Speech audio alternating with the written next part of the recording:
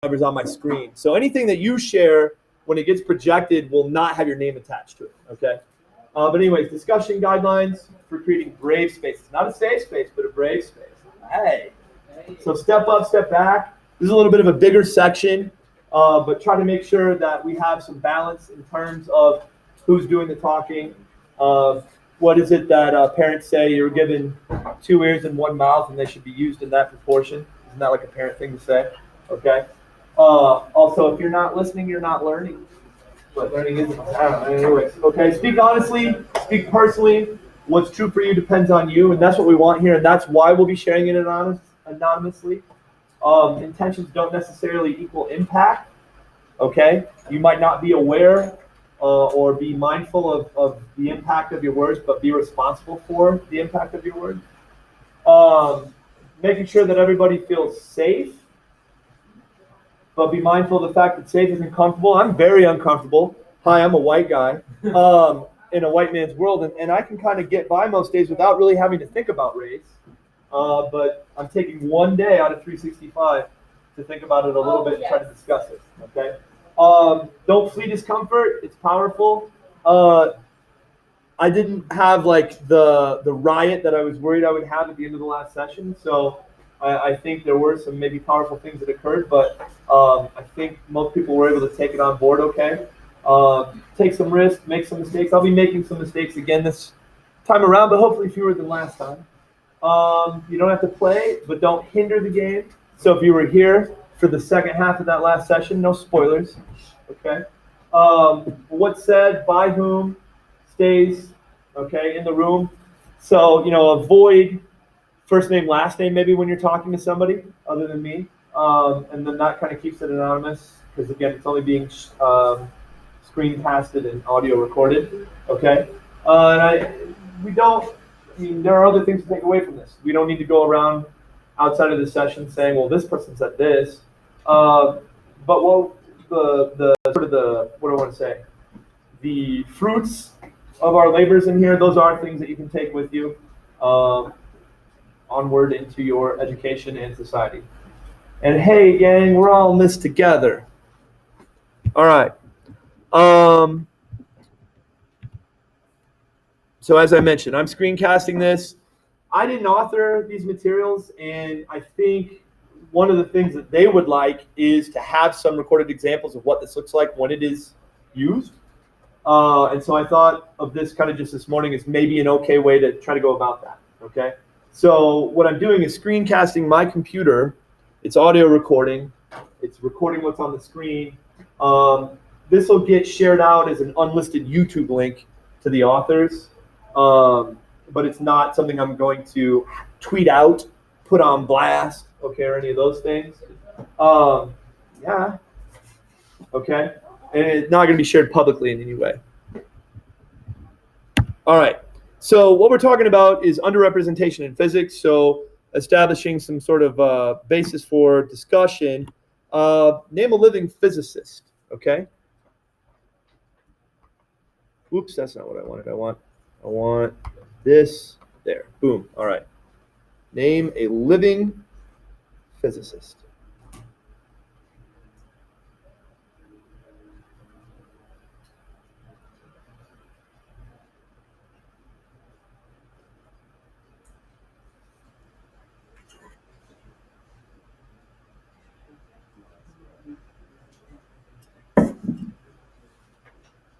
Five, 4, 3, 2, 1. All right, how'd we do? We got NDT, Matt Harding, and not dead yet. NDT, Matt Harding, NDT, Charles Kane. Hey! All right, somebody went on a field trip. Matt Joseph, Jingleheimer Schmidt, is that it? Okay. There we go. So we did pretty good at identifying a few that aren't accused sexual predators even. So that's a bonus in my column. All right.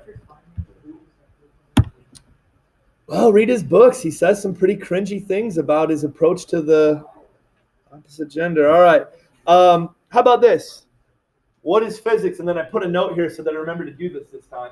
So what is physics? Go ahead and define it there for us. And if you don't have a Chromebook, you can be doing this on your phone. You just go to joinpd.com. It's MBEBC. I didn't do a head count here. I have 11 in, and we have 1, 2, 3, 4, 5, 6, 7, 8, 10, 11, 12 in the room. So we can get that 12th person in. You don't have to play, but don't hinder. I need the countdown thing to be more prominent. It's really awkward to get to. Maybe Pear Deck will fix that.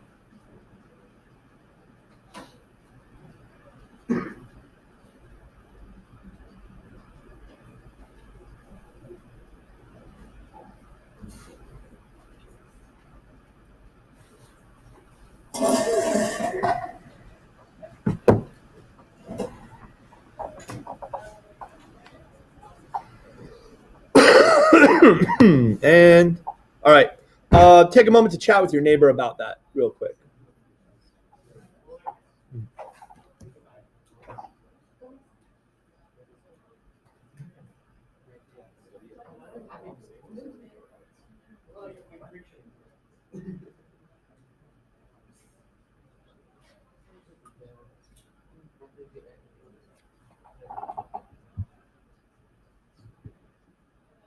Okay. So the thing that I kind of blew past last hour, see, I got here like a lesson plan, and that's not normally how I operate, but going to try to stick with that here, is we want to talk a little bit about these definitions, right? Where'd I go with that? I think that's a thing, right? We want to decide on a definition as a group. So what do we have up here? We've got study of how matter behaves and how the universe works. Study of motions and forces of the physical world. Study of the natural world. Redacted. Moving things really fast. The study of matter, energy, force, gravity.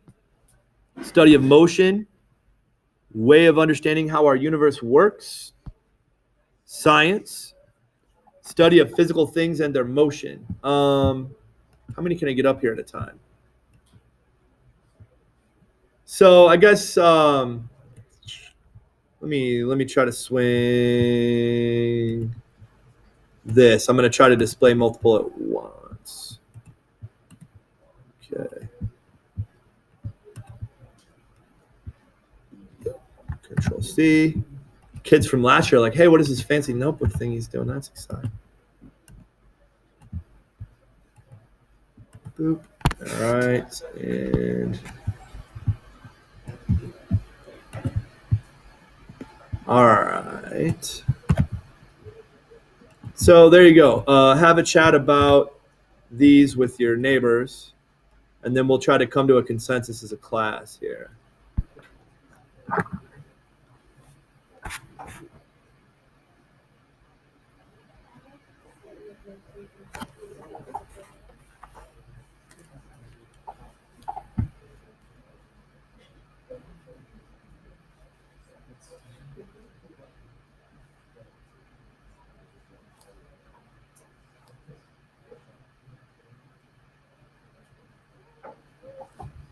All right.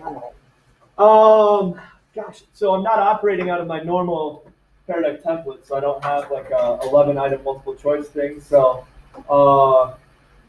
we could do the out loud Pear Deck. Somebody want to pipe up for one of these here? Griff, what do you got? Study of how matter behaves and the universe works. Okay. Yeah. The study of motion and the forces of the physical world. Okay. Let's go. Oops, can I write here? Let's go A, let's go B. Anybody else feel strongly about any of these? Everybody feels strongly about their own, but.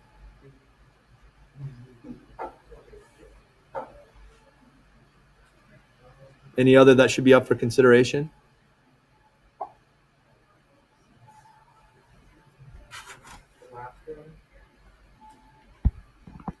Call that C. I got room for D. Okay. All right. A, B, C, D. So let's go. I think I can do this. Let's try it. Yeah. It's multiple choice. All right. What do you got? A, B, C, D.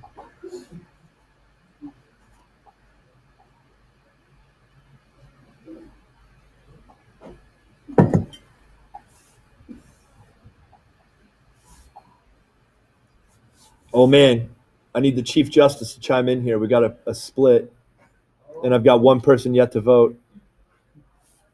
And boom. All right. They were toggling back and forth. Where did it land?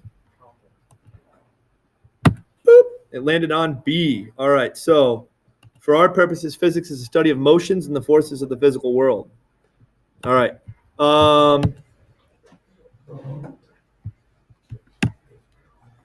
Is physics subjective? Right now, I'm just looking for your response. We'll have a chance to chat about it here in a second. But right now, physics is subjective. It's based on or influenced by personal feelings, tastes, or opinions. B, physics is objective, not influenced by personal feelings or opinions, in considering and representing facts, and not dependent on the mind for existence. It's actual.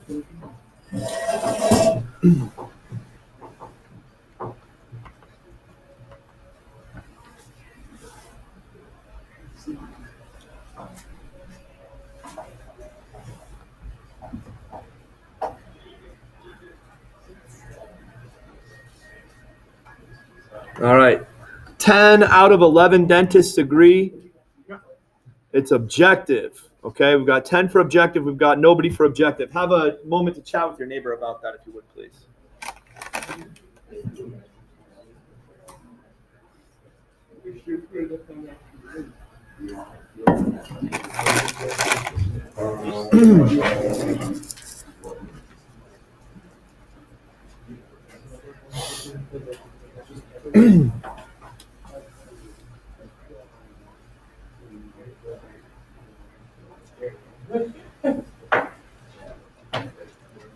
All right, and so now I'll query you for that. What's sort of your words on your choice there? Everybody chose objective, but what is sort of your basis for the claim that physics is objective?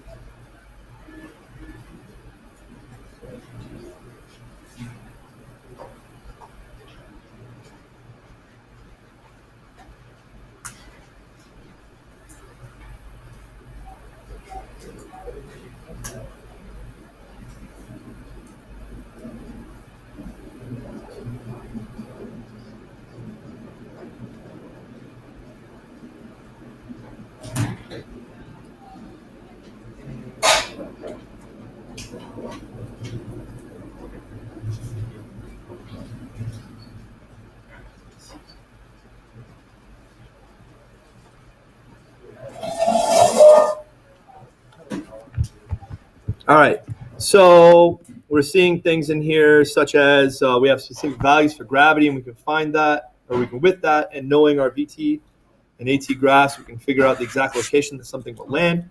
It's not changed based on feelings or opinions. Laws made true, proven through observation, theories, and experiences. Physics is math. Things objectively happen the way they do because of the reasons they do. You can test almost everything out and see for yourself what is correct and what is not. You shouldn't have personal feelings influencing your work in science, as it's supposed to be about facts. I can't will an object to move how I want it to move with feelings. Physics is objective because everyone agrees on how things work. While different theories are formed to explain things, once one is disproved, no one says, I still choose to believe this theory because.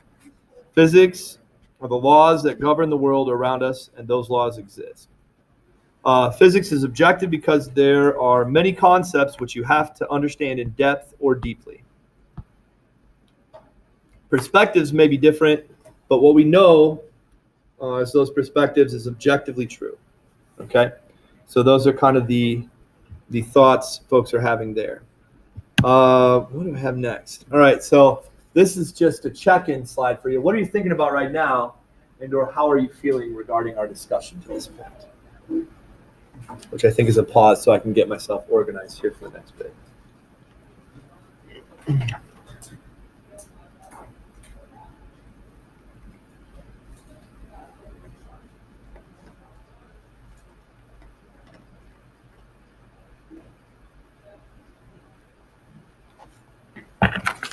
All right, and then what I'm going to do is, just because of how I broke this out, I'm going to need you to kind of buddy up here a little bit, maybe, because we have 12 people in the room, I think, and I have 6 little readings here.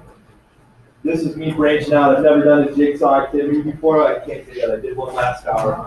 It went in. So that's for you too. Find somebody to read with. Okay.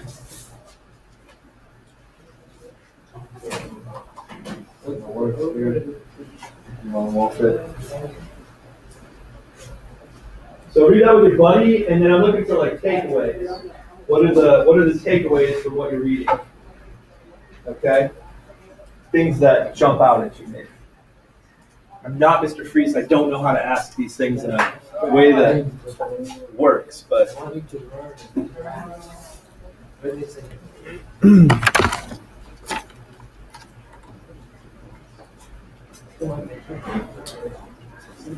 you can use the markers to highlight if you want or whatever, but I'm just asking you to try to call out a couple of things there that jump out to you.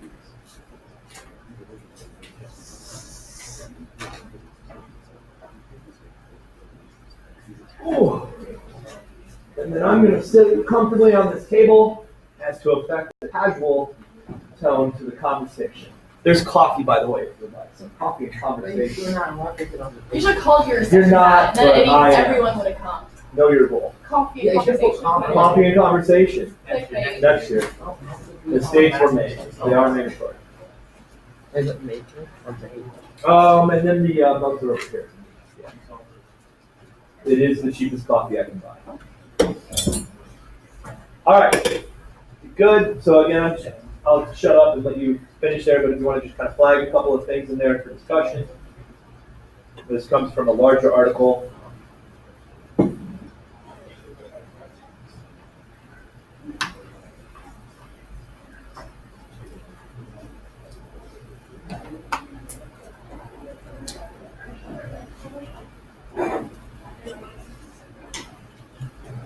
Why is it so black? Why is it so not put back in? I'll put it.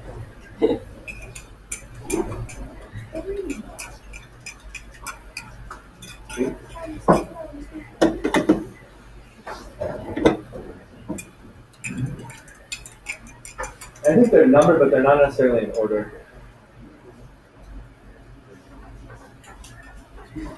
And I found the whole thing interesting. I guess if you wanted a copy, I can email it to your print.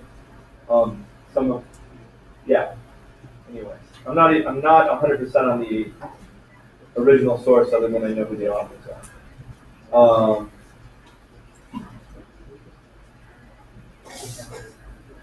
You want to take a moment, if you got a buddy, go ahead and chat with your buddy about it. Like, are you both kind of resonating about the same parts? Yes. This is critical for you.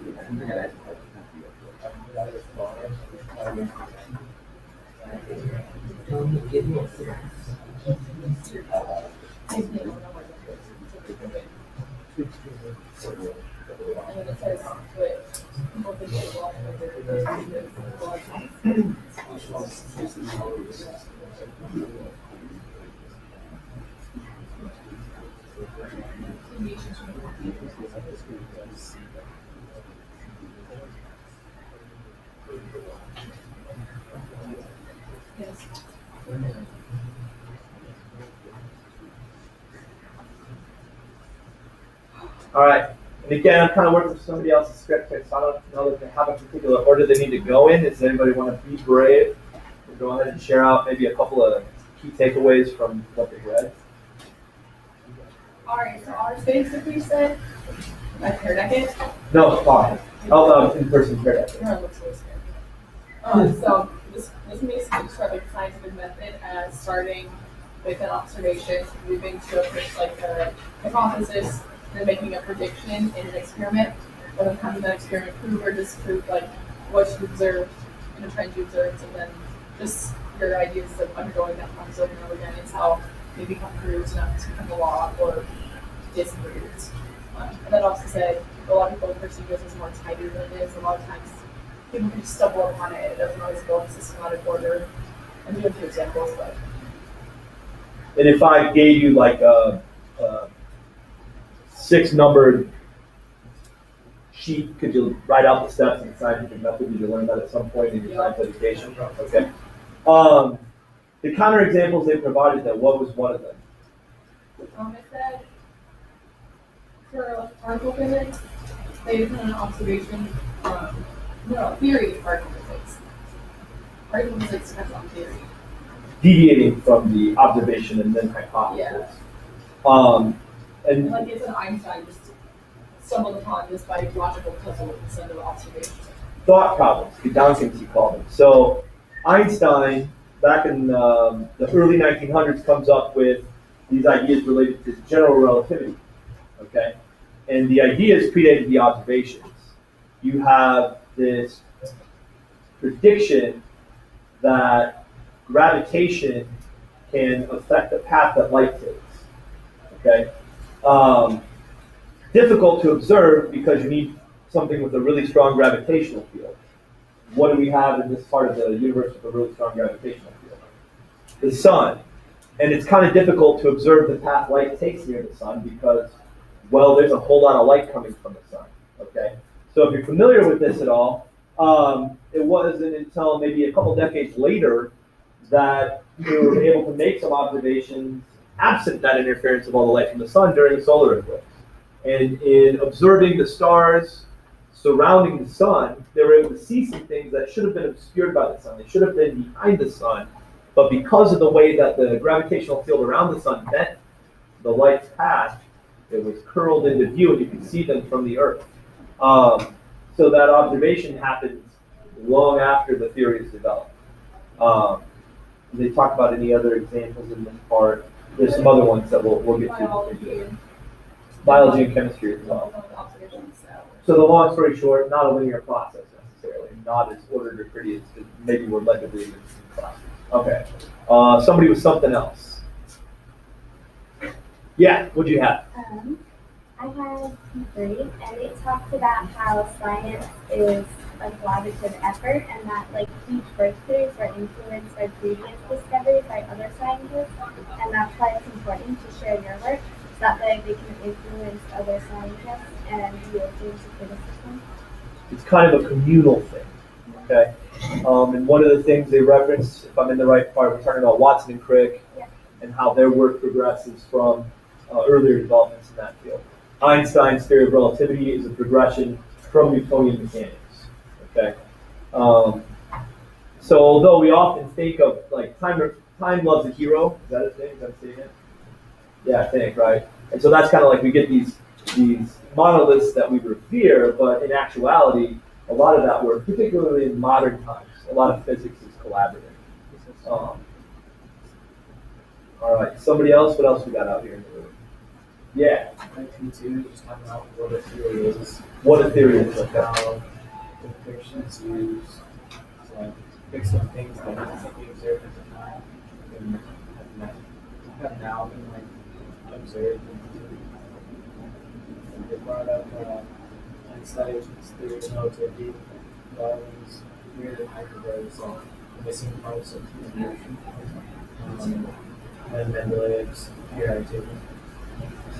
So Mendeleev's organization of chemicals into the periodic table, gaps exist in the table, and because of the location of those gaps, we can predict the properties that these undiscovered elements should have. Later on, those elements are discovered, they have those properties as confirmation of the sort of logical structure of the periodic table. So again, observations occurring after the theory is developed, okay, that predictive power. that is something I try to get at sometimes in here. You're not all in my class, but how much data do we need to collect? We need to collect enough data that your Desmos graph can accurately predict some later data points that you have not yet collected. It's kind of a rule that we try to employ. That predictive power. So 3 parts.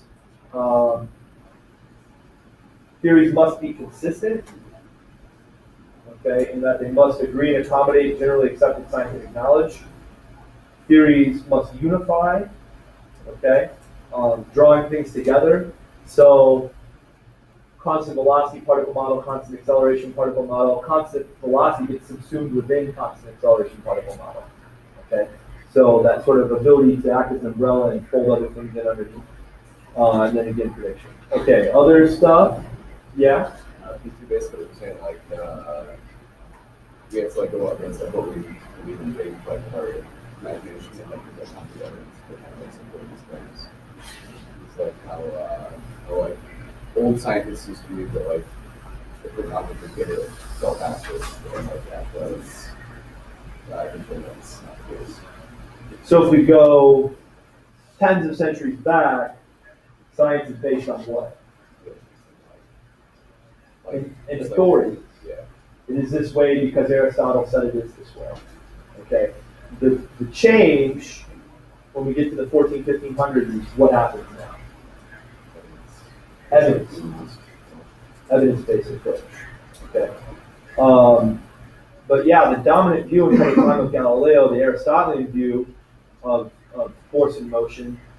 We do an activity in here if you go on to take physics or AP physics where we study bowling balls and hammers. Okay, so for the folks that have been through that, what does it take to maintain the motion of a bowling ball in the hallway? Oh, You have to continuously tap the bowling ball to keep it moving down the length of the hallway. Or maybe you've seen it outside your class. What is required to keep the bowling ball moving? It does. Okay, it does. Okay, I don't need a continuous application of force. But the Aristotelian view was that there had to be some sort of a continuous application of force to maintain motion. Because if I'm studying things like the chair, if I wanted to keep moving, I have to keep pushing it. They didn't have bowling balls in Aristotle's time. How unfortunate for him. But his action as the authority, I mean, that was just taken as truth. Okay. Larger masses fall faster than smaller ones. Why would that be?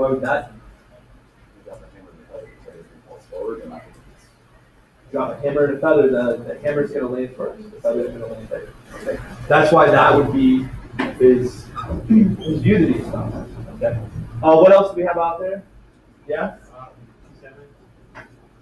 Okay. I think basically they're saying that application and how they like interpret data differently and not put potential. Okay. That. For example, one scientist could say that like a restricting say 3D an experiment, while another one could like interpret it more risky and on their personal views, like influence their results. So human interpretation can have an impact on conclusions drawn from the evidence. Okay. Do we have one or two more? What do we have over here?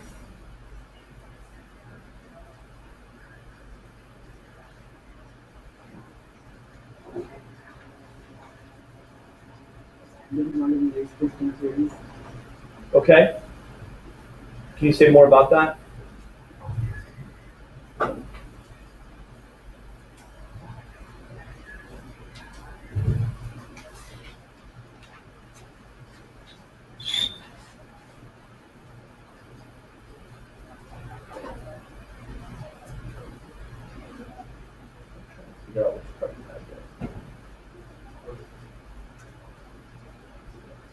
What does your paragraph begin with? You have P4, okay? In the second part of that, it talks about collaboration. It talks about science transcending race, gender, culture, and time. Neither black nor white, male nor female, Russian nor American. Okay? What does it say right after that?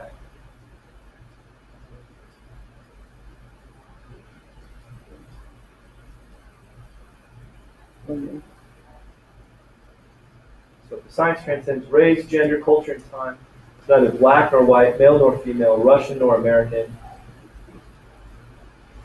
And the conclusions of this work value are even as important as everything else, as those of Planck, Einstein, and Bohr.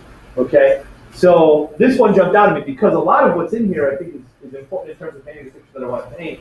But even within that, we talk about science transcending race, gender, culture, and time. It's neither black nor white, male nor female, Russian nor American. The contributions of Kepler, Galileo, and Newton are as important to the collaboration as those of Planck, Einstein, and Bohr. So for those of you that have learned a little bit about those folks, what jumps out at you there in terms of transcending race, gender, it's neither black nor white? Those are 6 white guys. Their evidence to support their claim about the diversity of science is citing 6 dead white European guys. So you kind of see the problems inherent in the system there. Okay, and then did we talk to you guys in the back yet? What else do we need?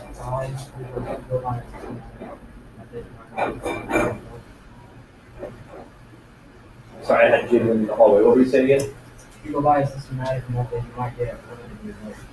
Ah, okay. So the process itself affecting the outcomes. Okay.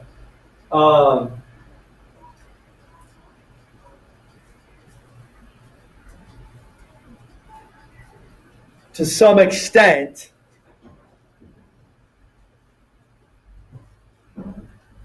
does that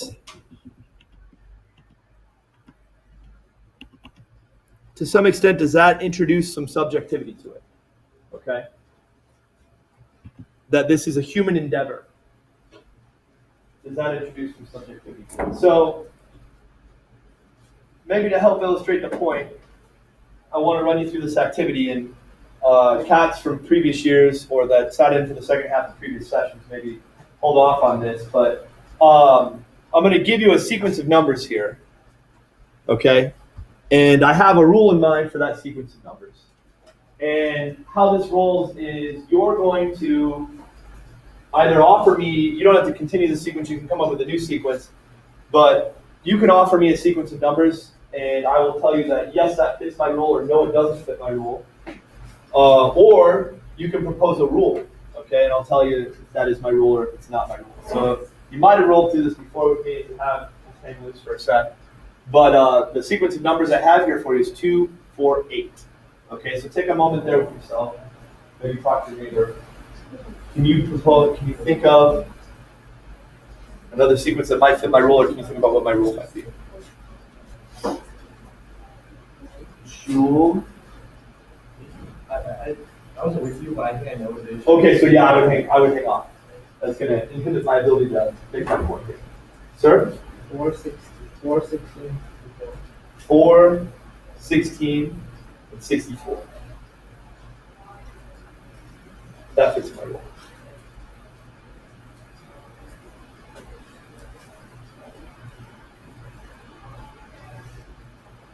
Yes. 3, 9, 27. That fits my rule. Again, you can propose a sequence of numbers, or you can propose what you think the rule might be. Hadi Ashraf, please report to the West Wing office. Hadi Ashraf, please report to the West Wing office. Yeah. 525, what do you think? What was the last number? 127. 5, 25, 125 fits my rule. Yeah. Is this any number squared? Wait. X squared. Yeah. X squared, X cubed. Fits my rule, but it's not my rule.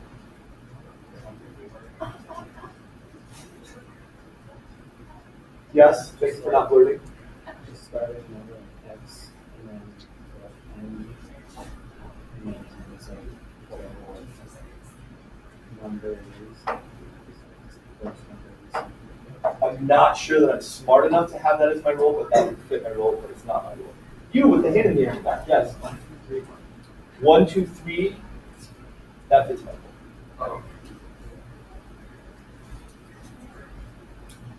Anybody that hasn't chimed in yet? Yeah? Any three numbers, that is not my rule. Anybody else that we haven't heard from yet?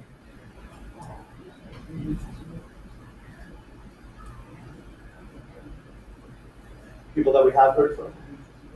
Yeah? What? 3, 2, 1. 3, 2, 1 does not fit my rule.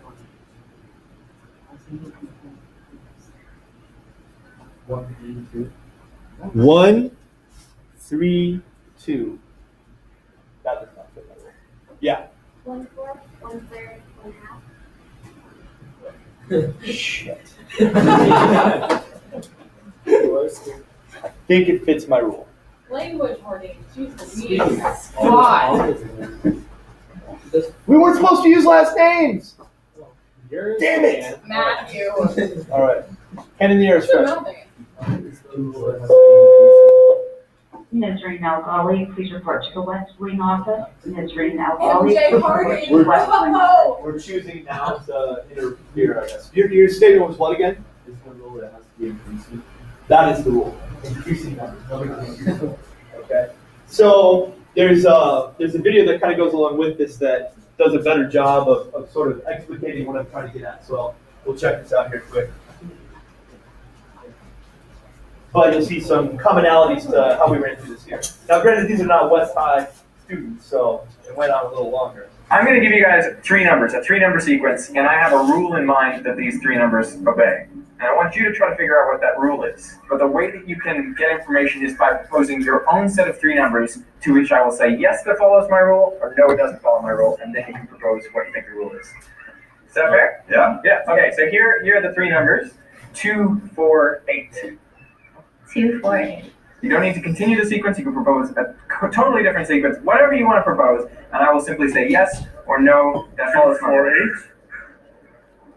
16, 32. 16, 32, and 64. those also follow my rule. Okay. What's the rule? Multiply by 2. That is not my rule. What? That's not my rule. But you're allowed, if you want, propose 3 other numbers. 3, 6, 12. 3, 6, 12. 3, 6, 12 follows my rule. 10, 20, 40. 10, 20, 40. That follows the rule. Yeah, so multiply by 2. I know. I know what you're doing. And yes, it follows my rule, but no, it's not my rule. 5, 10, 10 and 20. Follows my rule. 100, 200. 400. Follows my rule. 500, 1,000, 2,000. Follows my rule. Want me to keep going? But right, just keep going. You're going to tell me your rule. Am I doing it the wrong way? Am I approaching this the wrong way? You're totally fine, but you're approaching it the way most people approach it. Like, think strategically about this. You want information. Yeah. I have information. The point of the 3 numbers, right, is to allow you to figure out what the rule is. Yeah. Okay. Okay, I'm going to give you the numbers that I don't think fits the sequence and then see what you say. So I'll say 2, 4, 7. Fits my rule. So whatever I propose is right. So is your rule like you can propose any number? So the rule is anything we say is yes. No. Damn. But you're on the right track now. Hit me with 3 numbers. 3, 6, 9. Follows my rule. Oh, that didn't follow my rule. This is good, right? 5, 10, 15. That follows my rule. What? Oh. Really? Yeah. I don't believe this. 1, 2, 3. 1, 2, 3. Follows the rule. What about 79? Follows. Yes, that follows the rule. 8, 16, 39. Fits the rule. Excellent. But we're no closer to the rule. I want you to get to the rule. How about 1, 7, 13? Follows the rule. 11, 12, 13. How does this Follows make the rule. sense? 10, I don't know 9, how to 8 do this. does not follow the rule. 10, 9, 8 does not. Oh, so is it all in ascending order? Booyah. Okay. Up top. Yes. First that ones one to good? get it. You guys nailed it. That's the rule. That's the rule. Increase the numbers in increasing order. Numbers Aww. in ascending order. 1, 2, 3, 4, 5, 6, 10, 15, 25. Doesn't matter. Any numbers in ascending order. I was inspired to make this video by the book The Black Swan by Nassim Taleb. Now, the black swan is a metaphor for the unknown and the unexpected. I mean, in the old world, the theory was that all swans were white. So each instance of a white swan would make you think, yeah, that theory's pretty good. But the point is, you can never prove a theory true. And in fact, when people found Australia, they realized that there were black swans. What was interesting for me was that everyone I spoke to came up with a rule very early on and then only proposed numbers that fit with that rule they were thinking. I was looking for you guys to propose a set of numbers that didn't follow your rule and didn't follow my rule. I was looking for you guys not to try to confirm what you believe. You're always asking something where you expect the answer to be yes, right? Like you're trying to get at it. But instead you want to get the no. You want to get the no because that's much more informational for you than the yes. Like if everything's No, that being is a yes. true. That is really true once you say that. That is what's so important about the scientific method. We set out to disprove our theories. And it's when we can't disprove them that we say, this must be getting at something really true about our reality. So I think we should do that in all aspects of our lives. If you think that something is true, you should try as hard as you can to disprove it. Only then can you really get at the truth and not fool yourself.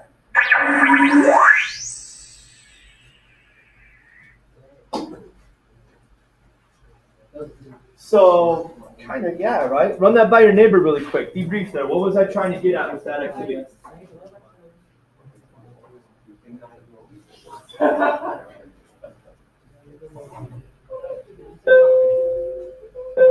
We're a double session, so you can ignore that. But I'll give you a potty break here in a moment. We're a double session? Yep. I know that. Yep. I go to my 7th period session I wanted to go to. No?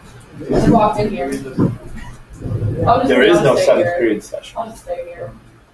I guess. Wow. You're making me feel so great about myself. I'm trying to make it fiery.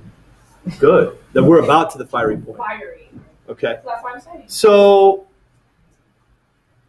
can you, in participating in that and then watching that clip, can you see how any activity which involves a human intellect somewhat introduces subjectivity? How their confirmation bias influenced their way of approaching that and allowed them to see something that wasn't. Okay? In the number sequences that they were proposing were very similar to yours, allowing you to see something that isn't. Okay? Yes? Doesn't like the scientific process I feel like when we come into art and science today. Does that happen in science? Is confirmation bias an issue in science? To some degree, probably, but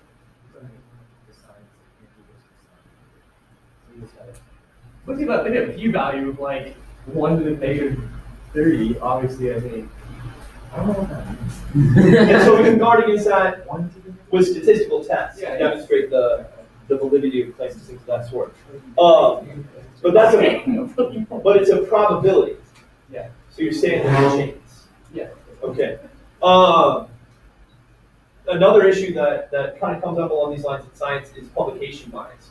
Bias towards publishing positive results. Yeah. And personal to get funding and stuff. Yeah, exactly. You have to come up with some kind of result. And not be the publications and things that maybe aren't as valid as we would hope it would be. Yeah.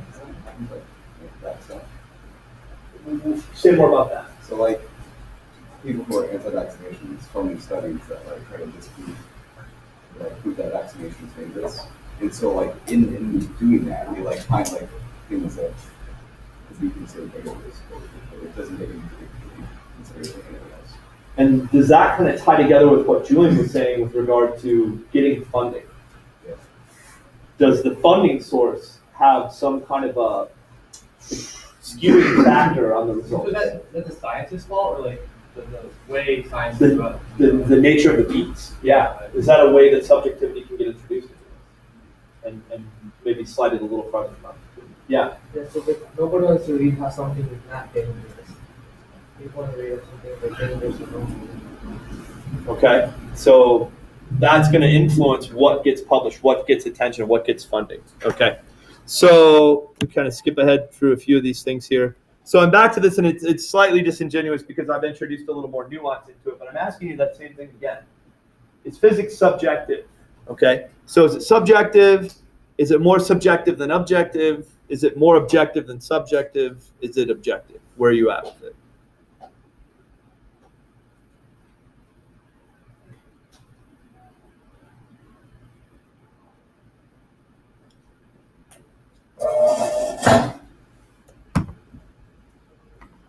Get it.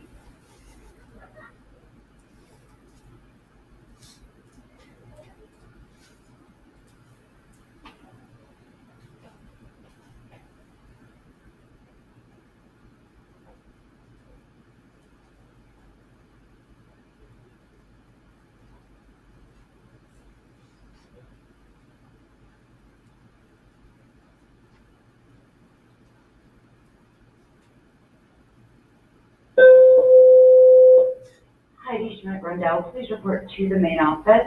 Kayla Mallard, please report to the West Wing office. Those folks will Heidi not Schmidt-Rundell, have you have a anonymity message on from me the main screencast, office. will they? And Kayla Mallard, All right, please report to so- the West Wing office. I'm somewhat artificially inducing the appearance of an impact on your beliefs here, right? Because I didn't have this much nuance earlier. But you can see we still have one person for wholly objective. We now have somebody for subjective. And we have 7 folks more objective than subjective, okay? But perhaps shades of gray getting introduced. Yes. Can I make the case for the one I voted for? Can you make the case for the one you voted for? Yes. Should we make it be paradeckage? No. Speak your truth. Okay, I voted for subjective. Okay. And I think it's because the way we defined physics earlier is we defined it as the study of, and that means that we're saying we're not defining physics by the actual laws that govern our universe, like, because those are objective, but we don't know them. And so the way we perceive those laws is subjective, and that's how we define physics, as we study up, or the way we perceive it. That's why I decided that physics is subjective. How do you know those laws are? I think if those laws weren't subjective, the universe would kind of fall apart. Well, I guess I don't know, but I'd like to say that doesn't really matter to my argument. My real argument is that physics is really the way we perceive those laws, whether or not they are objective, but the way we perceive them has to be subjective. So what I'm hearing from you is an acknowledgement that science or physics is a human endeavor, and inherent to that comes the subjectivity. Yeah. So to bring philosophy into this, there was a famous philosopher called Descartes, and he decided that anything that was wholly true, he could not possibly doubt. And so he decided to doubt everything until he found what was actually true, and that's where the quote, "I think, therefore I am," comes from, because that's the only thing that he found that he could not doubt about reality. And Is so that's- existence? Yeah. Okay. Fair enough. All right. And I think that's the critical piece that I was trying to gain from the first half of the activity, was to just put that sliver of doubt or that sliver of appreciation or understanding that as a human endeavor, human fingerprints are on this. I mean, have there been instances in the past where things were accepted as scientific fact that were then later disproven? Okay? Or modified in some way. Like, that's a necessary part of the scientific process. Okay? And so separating that human endeavor from objective reality to the extent that that's a thing. And so that's where we really get into the meat of it here, kids. Act 2, do you think racial diversity in physics is important? Why or why not? Okay, so that's in the third one.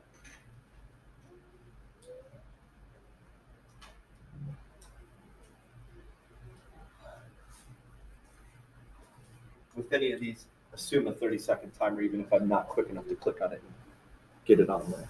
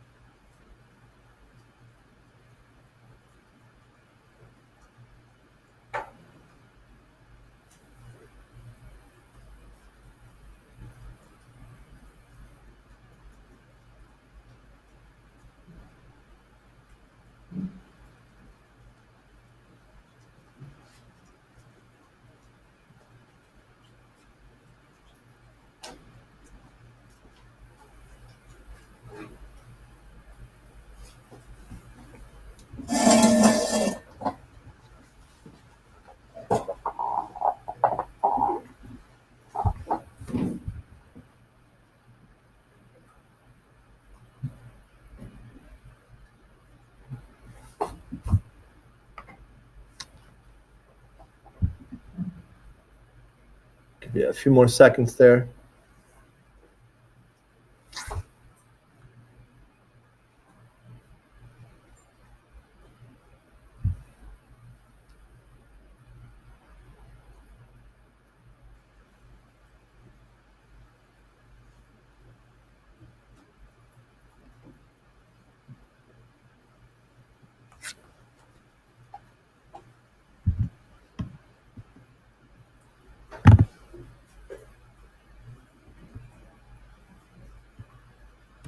Okay.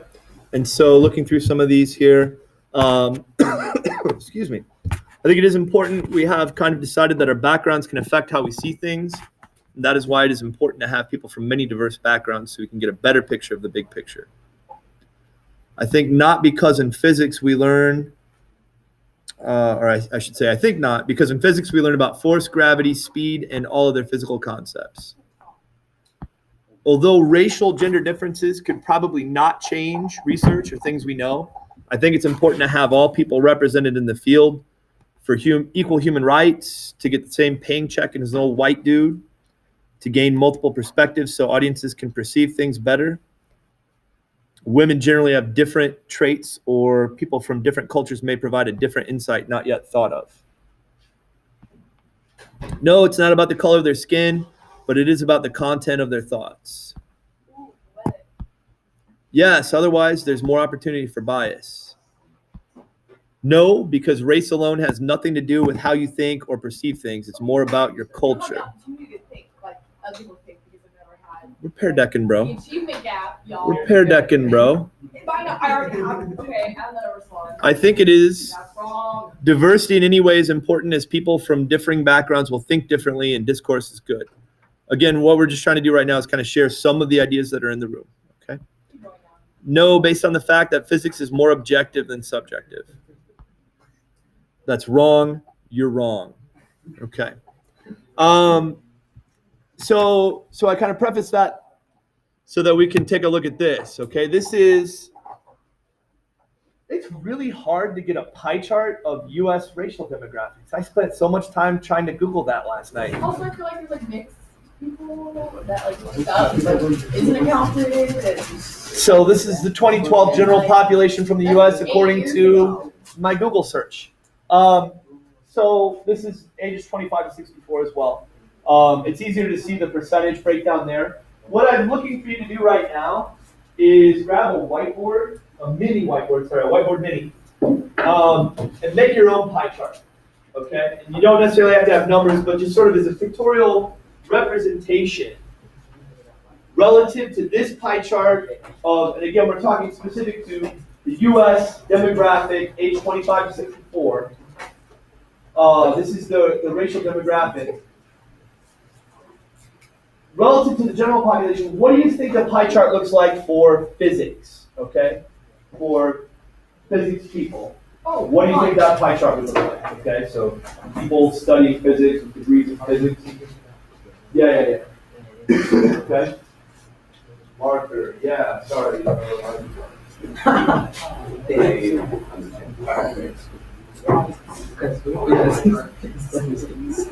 Did we get the attendance sheet around? Did everybody get a chance to sign off on that?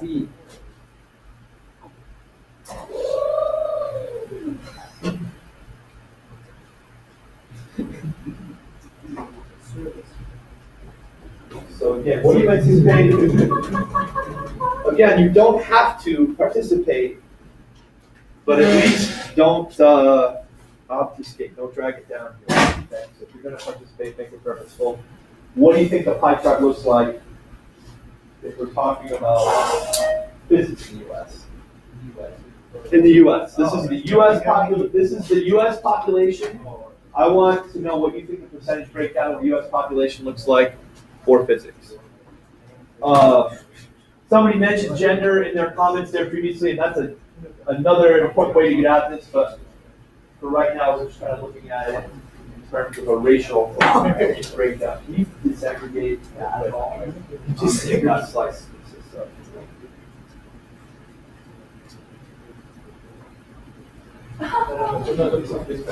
And again, you don't have to have hard numbers, just kind of a ballpark idea.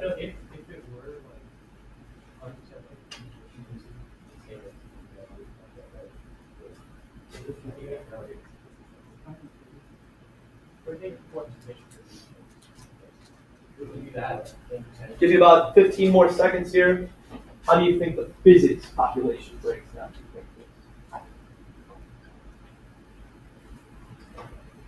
Sorry, just because there's no pie chart function in here as of yet. I will send in I'll send in a work request, a work order. Outrage. Okay, man, I don't think it was just because of me, but I definitely did ask for an arrow tool. For a what? An arrow tool, we did get a line tool. That's what it was. What? Last year, later on. See, this is how arrow type anymore. Use a line. Yeah, because I asked for it the year before. That's when they got it. This is hard. Time is like flat, so. Like a pie chart. Like a pie chart. All right, cool. And again, this room is not set up well for this. Kind of sharing it out because some of you are like really far away from each other. Can we get a few volunteers to just kind of hold up your chart and in general give us an impression of what you expect this to look like? Okay. So Reach, what do you have there? Can you kind of twist it around for us? So what do you have? Like a good 7/8. 7/8. Okay, 7/8 white and then 1/8 other than white. Okay. Anybody have significantly different from that, or are we kind of all on that same? What do you have there? I'm like, Hey, I might be 5'6" white, and then I'm saying another half is Asian, like of the non. of the remainder, half of that would be Yeah, Asian. because we take in a lot of the Asian immigrants specifically for their skills in science, Okay. and then everything else. So of the remaining 6, about half of that 6 to be Asian. Okay. What do we have over here? We have 50% white. Okay. And I'd say, no, I'd say like 40% Asian, not quite. so, yeah, that's Okay.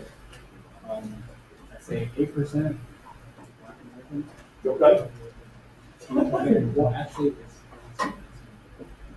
it's 2%. Okay.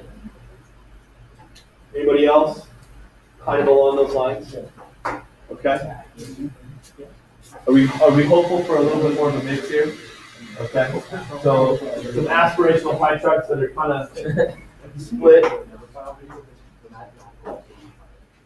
Would we hope to see the physics chart look similar to this? What would that mean if the physics chart looks That similar? would be so fun. That'd be the representation.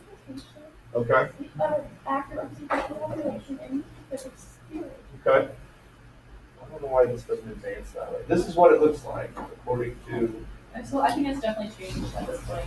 Like, Well, this is a couple years later. This is 2014 stats. It's not apples and apples, Mr. Harding. But this is 2014 stats from the U.S. Total population 64% white. Physics and astronomers, that's 59%. Okay. What jumps out at you visually when you look at this? Anything surprising or not surprising? The Asian population is really more on the right. Okay. Asian represents 6% of the overall population, 33% of the physics population. Okay. Anything else?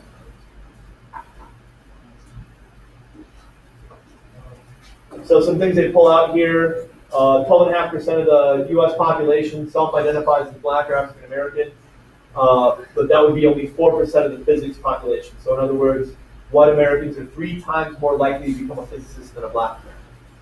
Okay.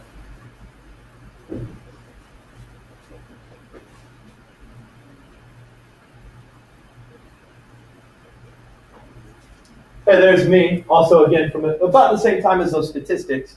That's 2013, I think, December of. Okay. I don't know if you noticed, but I'm a future dead white man of physics. But I share these pictures with you because that wasn't my experience of physics at the time, or at your age, as it were. Okay.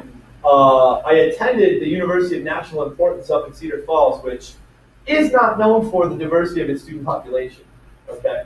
It's one of the whitest places in Iowa.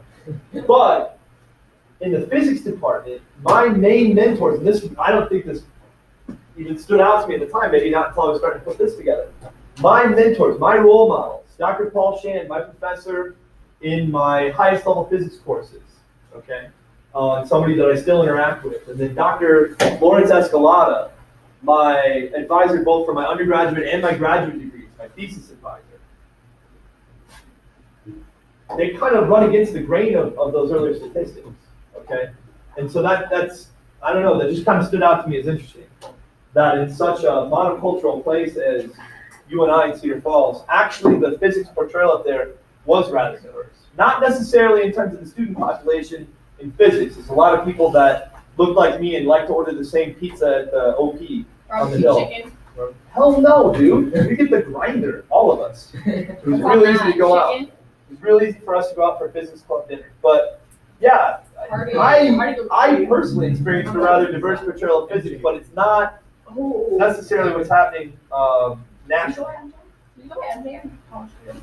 No. So, as a future dead white guy, when I first started teaching, after reflection, I realized that I was kind of just teaching, not a science class, but did I say teaching? Teaching, not a science class, but more of a history class. People would talk about the things that I talked about that had come up with Tyson in Europe. There were a lot of commonalities between physics, AP physics, and AP Europe, okay? And one year, one of my students took it upon themselves, anytime I would bring somebody up in class, I would come in the next day, and my feedback survey would be my door, and they would just smatter it in pictures of whatever dead white guy we were talking about. So I kept a few of those, just as a reminder of that time. That's over there in the lab, but we talk about Torricelli fountains. I come back in the next day, pictures of Torricelli all over my door, okay? Or love for Signor Volta. And I don't know what their intent was. I never determined who was doing it. I don't know what their intent was exactly, but what it caused me to do was reflect on the perception of my course. Am I teaching science or am I teaching dead white European history? And so I made modifications, okay? Who of my students knows Newton's second law? No. Newton's second law. That should be the universe's always increasing. No. The crystal is at Kelvin 0. Crystal is no movement. F you, Mom. Okay. Yeah. All right. So I've tried to divorce some of the dead white guyness from it, in the hopes of not portraying it as something that is historical, as has been done, but it's something we engage in as an intellectual activity. Okay. So here's your West High student population, taken from the district snapshot.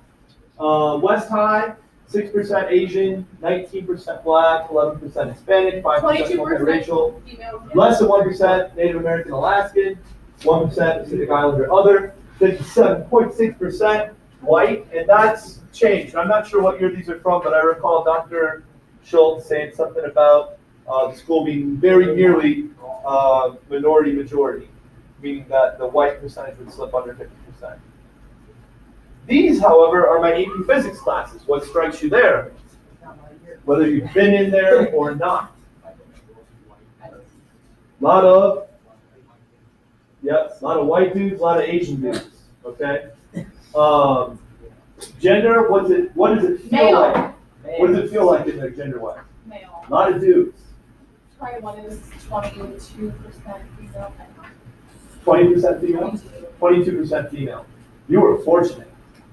Yeah, there are some sections where it's not that great. Okay. This is this year. This is of 60 students. Of 60 students and 20% are Black, how many would that be in 60? Be 12, right? How many are there? 3? Which to me just feels super diverse because that's not even typical. Okay? So what we're trying to get at here in the second part of this, you can count later, I'll show the slides. What I'm trying to get at with this is why? Why is that? Why is this so? Okay? So this check slip, I think you've got yes, no options, and we'll just kind of run through this line by line. So let's hit up the first line first. Okay? Before starting this lesson today, had you noticed a proportional lack of Black physicists? Yes or no? First line. Living or in general? Is your answer affected by? Both ways. Okay.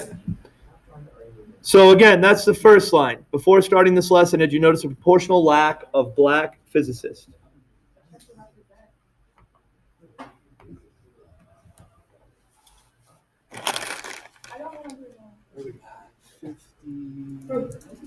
40s. Uh-oh.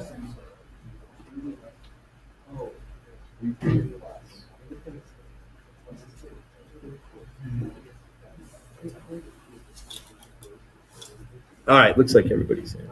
Okay, so now we're on to the next line. So let me do this. Boom. Second line. Do you believe that this lack is a problem?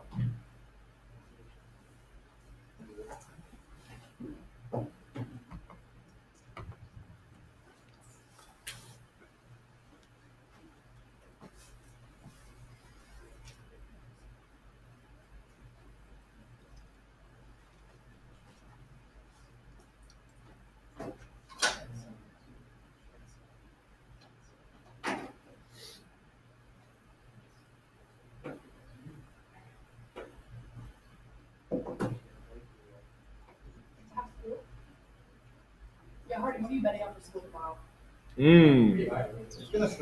I bet we will. I do have a test scheduled, so I think that tips it towards no school, but. Not Reiki, though. Can I just Sorry, No. All right. So there we got question 2. We're creating a break space. I want to know my friend's name over here. My name's Rose. Rose? What grade are you in? Line 3. I believe that the reasons for this lack is or are a problem. Hijack my lesson. Hold on. We're yes knowing on line 3 right now. Do you believe that the reasons for this lack is or are a problem?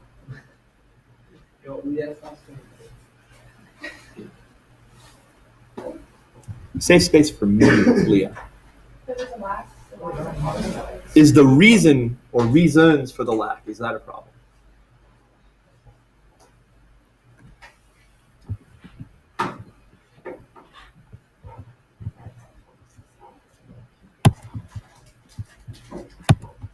And then the final line, do you think that you could realistically do something that narrows the lack of black physicists?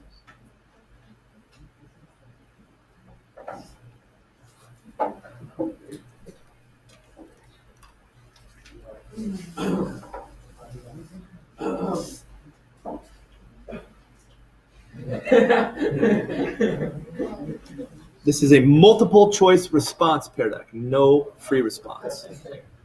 All right. So, let's back this up. Okay, here's the first one. What am I doing? Wrong button. Okay, so to the question, had you, before this lesson, noticed a proportional lack of black physicists? 8 said yes, 3 said no.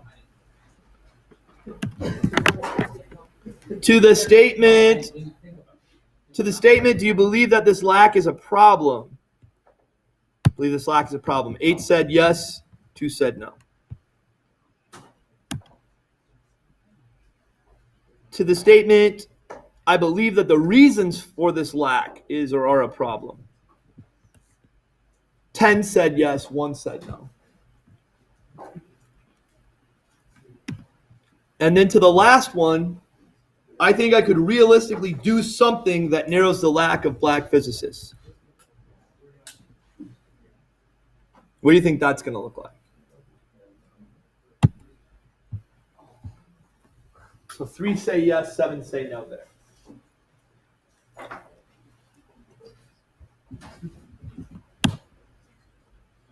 All right, and so this is kind of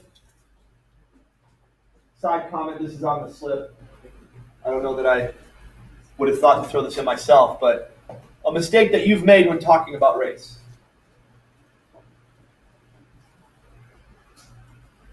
Just in general? Yep. Yeah, this is just in general.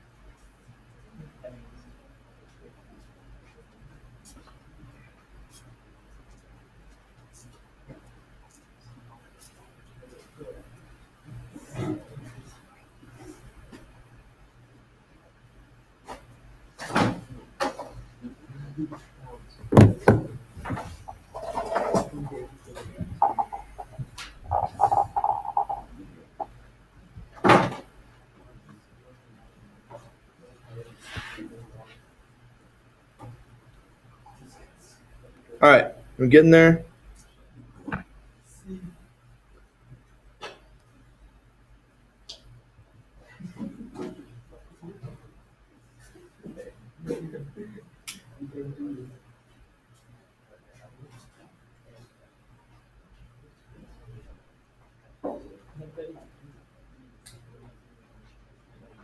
All right, so let's look through some of what people in the room had to say.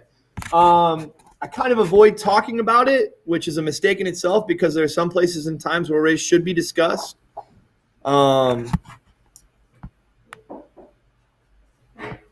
Accidentally insulting someone. Sometimes I do not know preferred terms, although I know it changes from person to person. For example, is Black or African American more correct? Lack of knowledge about others' feelings, lack of history, not talking about race enough, saying racial indiversity is a single point problem. Okay. And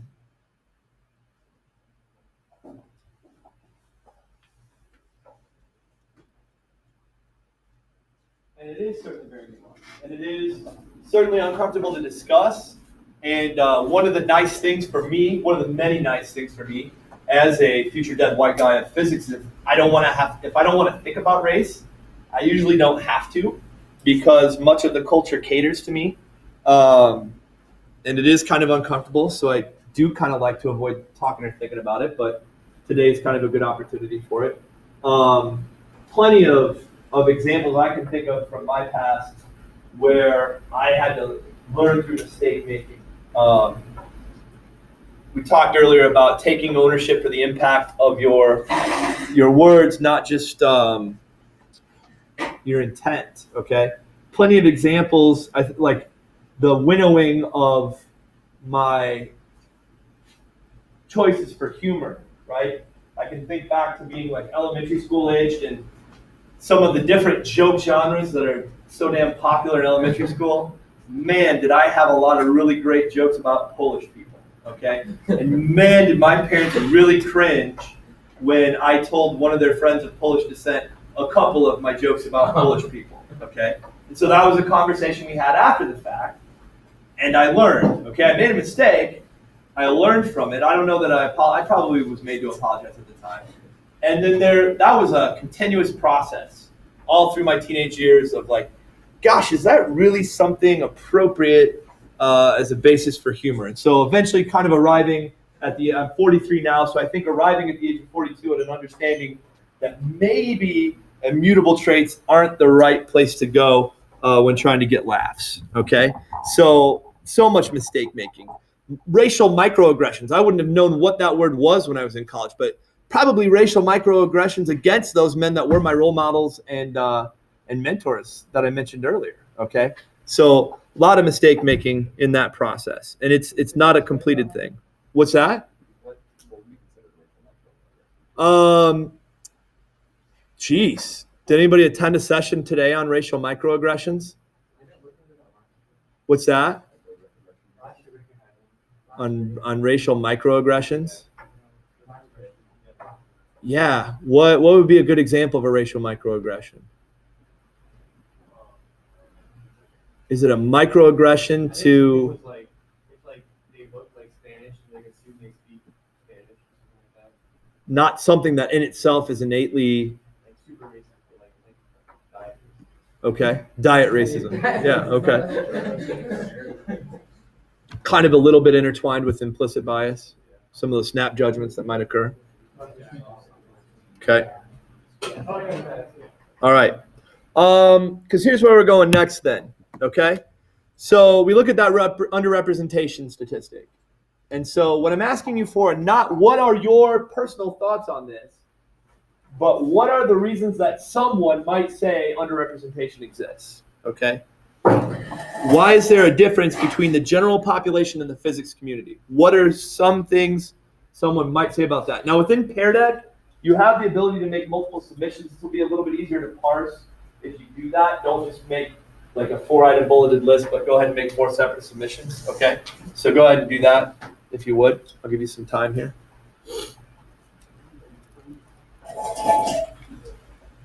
And again, just to clarify, not necessarily you personally believe this to be true, but if we were to ask the general population, what are some explanations you might give?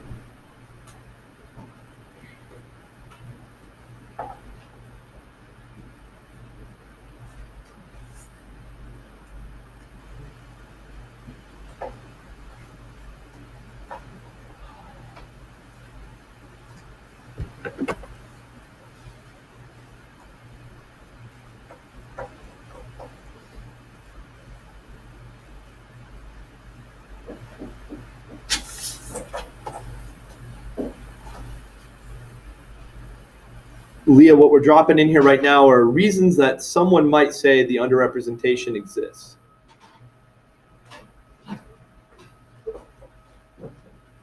So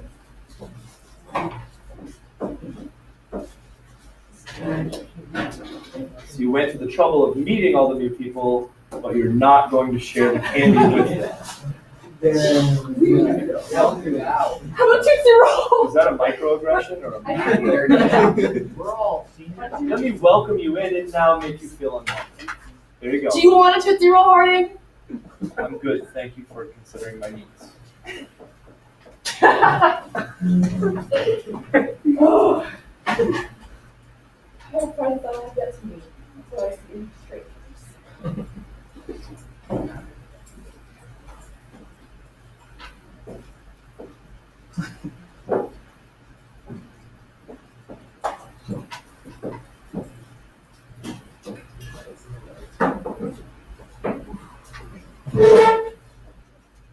So again, Leah, these are not necessarily beliefs that you hold, but what are some reasons someone might say that underrepresentation statistic is a thing?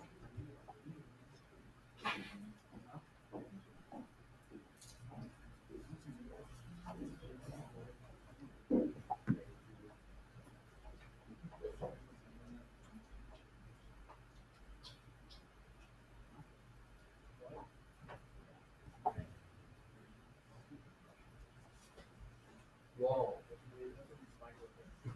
That's a macro.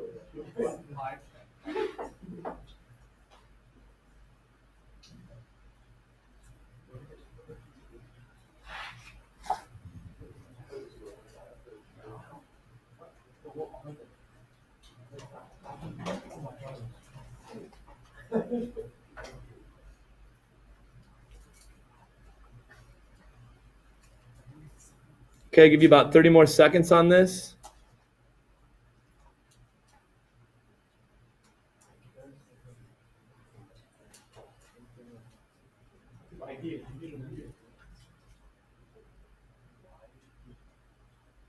Why does the underrepresentation exist?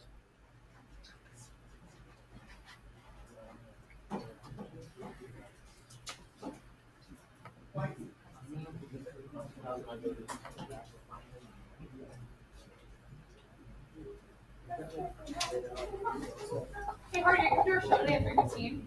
What? You're doing our show today at 3:15. Show choir show? Yep. You're in show choir? Yep. Yeah. What? Yeah. You know I'm show choir? Was that sarcasm? I think I probably could have guessed it. Okay. I thought I talked about all this. Dancing and exuberance. At the show choir show? You played the trumpet. You're playing? Yes. Okay. And Kareem's gonna be there. All right. Let's see who else.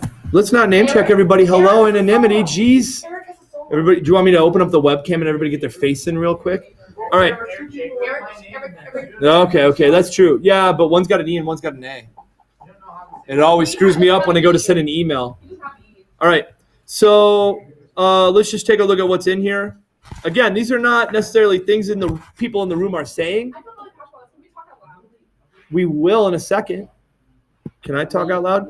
So, inequality in the education system. Wait. So the other thing we need to kind of think about as we parse these is, are these internal to the community? Like specifically, we're talking about Black community.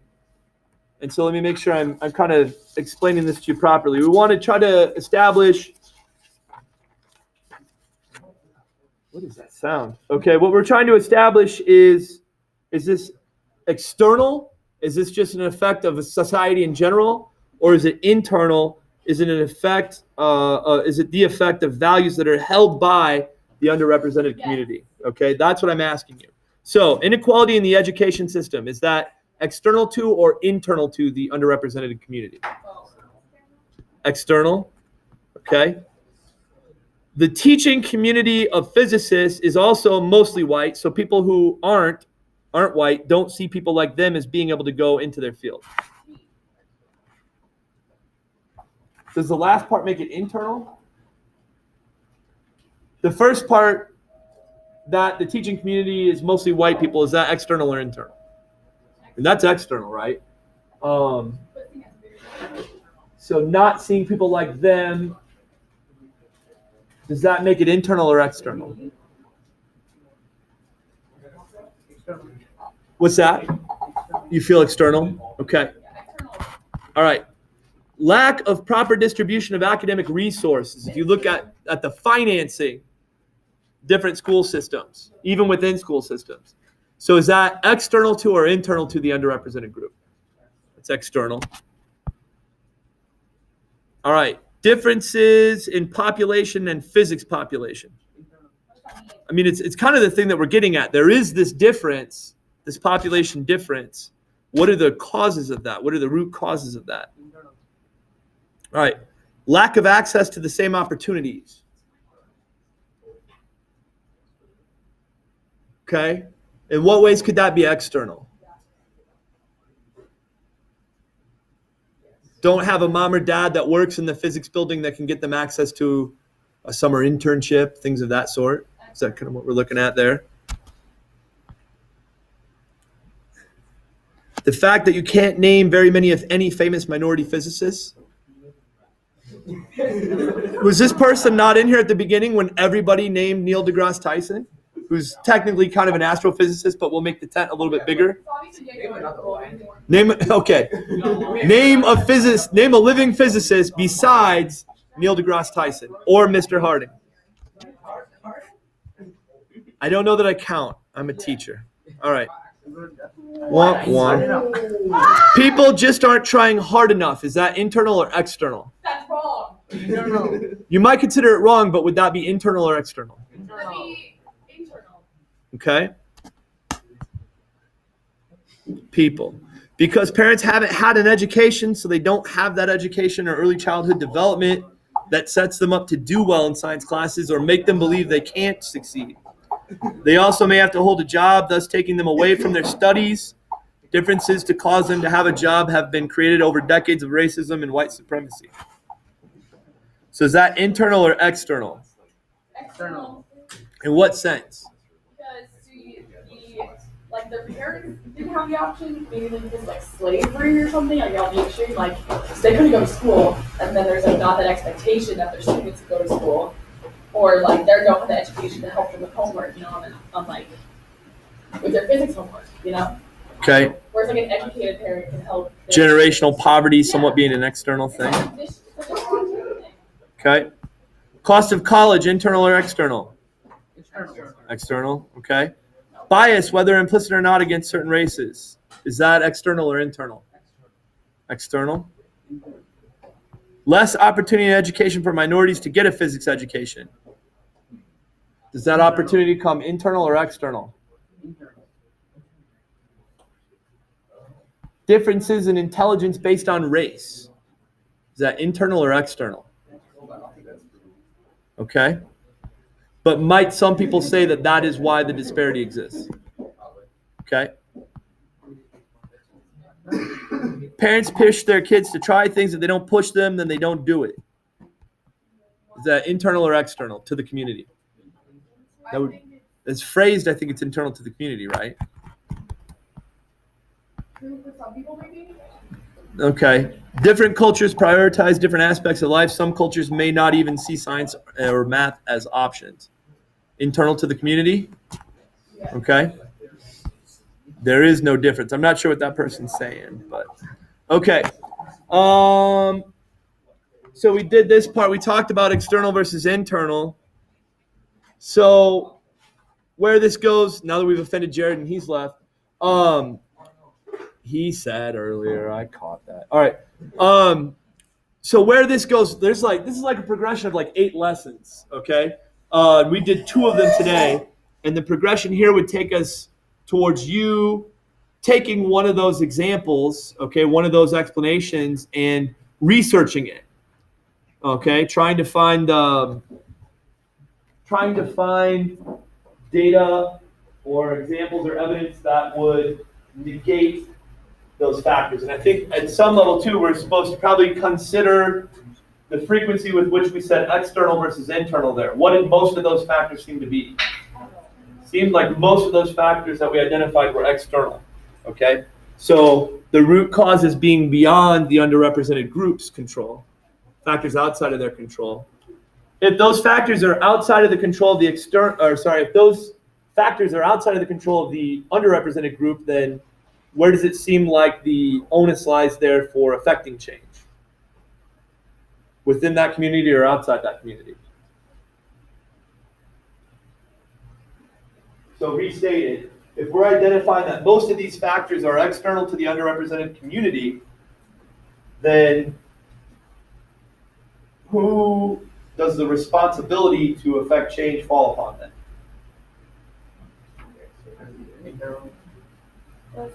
The control is outside of the community.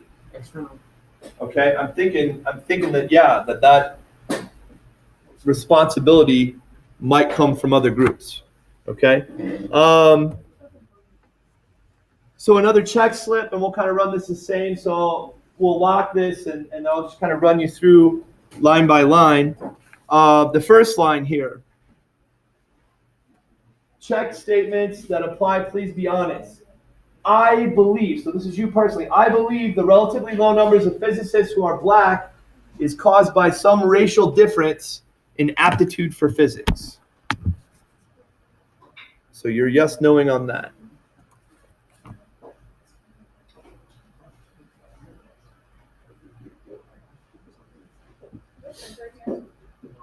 A who? Nope. Okay, I've only heard from 7 of you, but we'll go ahead and slide on to the next question, which is, I believe the relatively low numbers of physicists who are black is caused by a lack of effective role models for black students interested in physics.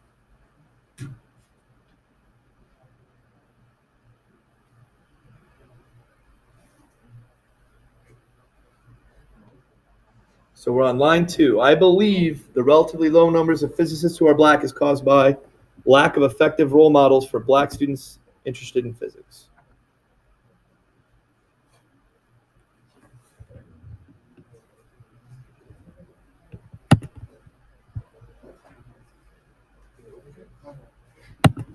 All right, line 3. I believe the relatively low numbers of physicists who are black is caused by, among freshmen, a smaller percentage of black students who are interested in studying science.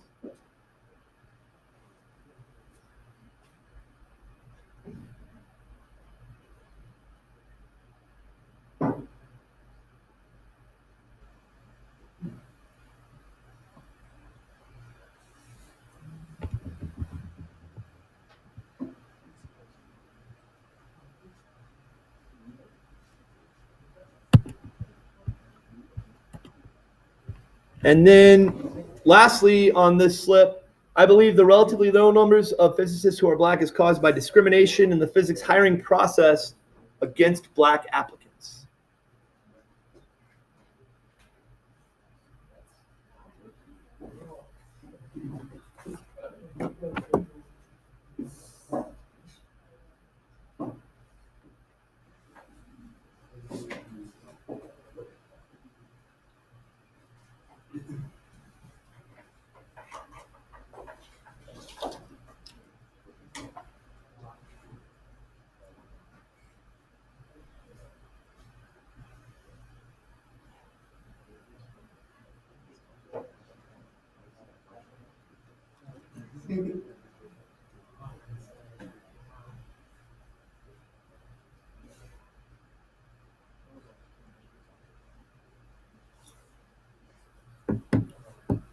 All right.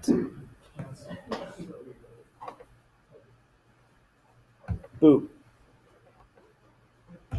And last thing here, just a thought I wish I could share with everyone is this. Your thought, right? Your thought.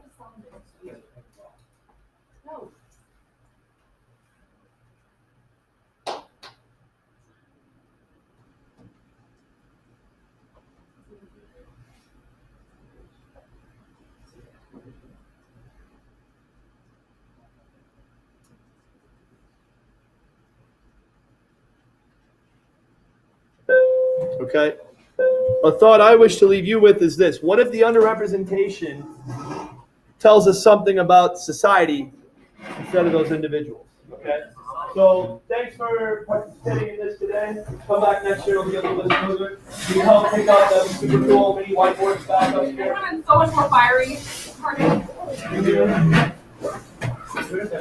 He's not trying to cause fire. What's up?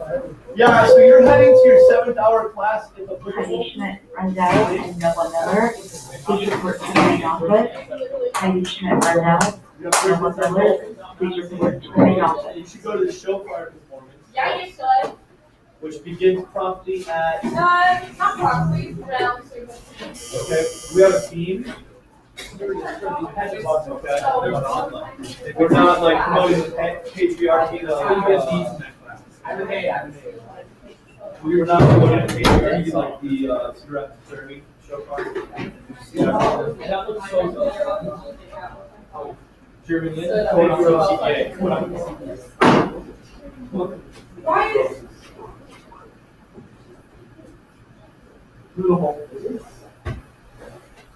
Alright, Nicole, what's your 7? This is stuff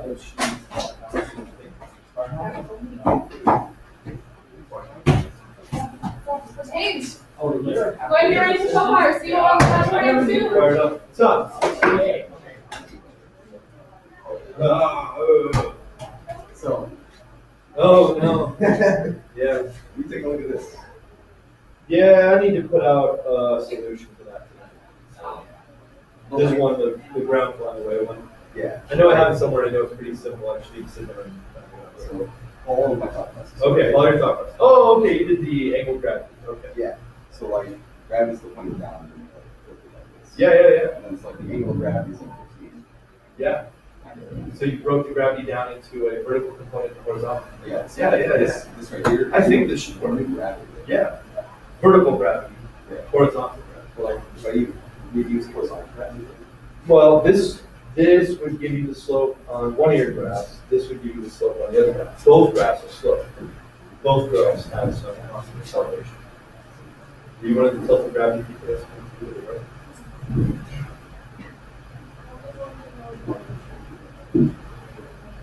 let's try and tilt it back. I'm going to set out a solution.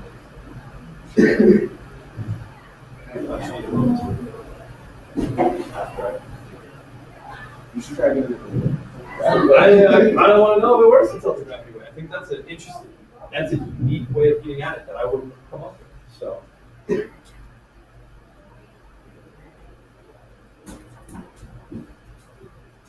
I'm excited to try it out. All right. Regular 7th period class, 2:50 to 3 o'clock. Okay, so it's like regular 7,000. Yeah, your 7th-hour class. That's where you're heading now. Do you have one? No. You don't need to worry about it then. Woo!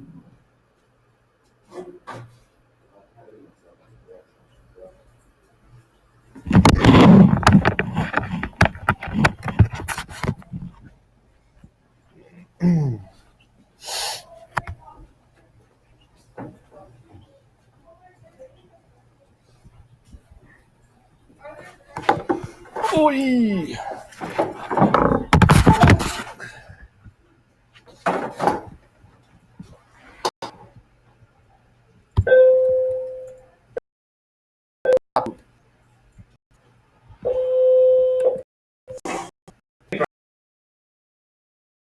I think every class should be there at that last Terryville that just rang.